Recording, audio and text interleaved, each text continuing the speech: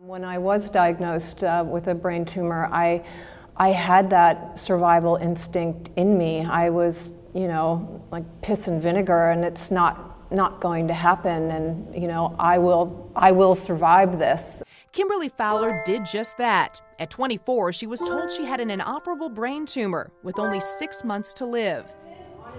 Today, 23 years later, she is a successful entrepreneur, motivational speaker, and yoga Nike spokesperson. Kimberly ignored the death sentence. When you first heard the word cancer, that's what you first think of, and then you have doctors telling you that you're going to die, and it's sort of an awful feeling. You feel helpless. I've always felt as if I was a survivor because I grew up really poor. Kimberly's father died homeless. Her parents were alcoholics. She was the first person in her family to go to college, but she worked multiple jobs to pay her own way. She had no support system.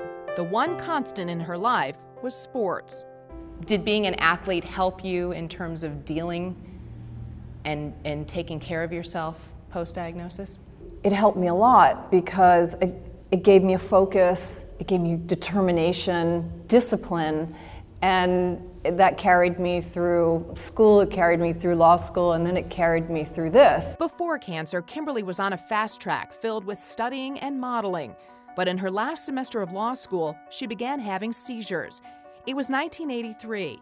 Kimberly was told she had a rapidly growing terminal brain tumor. I had a pretty bright legal career in front of me, and I lost my job. No one wanted an attorney that had a brain tumor. No one wanted to take that on. Including her family. Kimberly says she was on her own to face the disease. My dad had already passed away, and I called my mother, and she goes, "Oh, you're only worried that they're going to cut your hair off." I think I read somewhere that once you were diagnosed, that you had a screw this attitude. Their options weren't like, okay, we'll operate and you'll be fine. It was, it's inoperable, but if we do go ahead and operate, you're not going to be able to talk or see or run, walk, and swim and all the other sports that I did. So it wasn't really a great option for me. It was like, there's got to be something else. There's got to be something different. So Kimberly chose an unconventional approach, yoga. It helped her recover from a horrible bike race accident a year before. Facing cancer, she turned to yoga again. It's a different awareness of your body.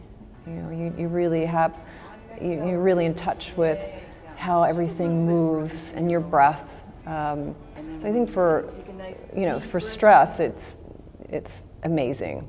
Nothing's better. Kimberly says yoga saved her life. She became a successful attorney and triathlete, defying her initial diagnosis. Couple more breaths. In 2001, she opened Yaz, her yoga and spinning studio in Venice, California. Nike recognized her talents, and in 2 short years, the athletic company made her their new face of modern yoga, a first. Her Yoga for Athletes DVD would be her secret weapon to helping people who've faced similar obstacles.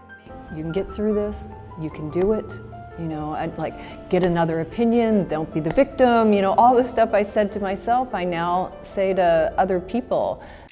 Photographer Rocky Peterson is one of those people.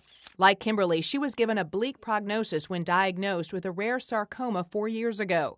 They met at Yaz and now work together.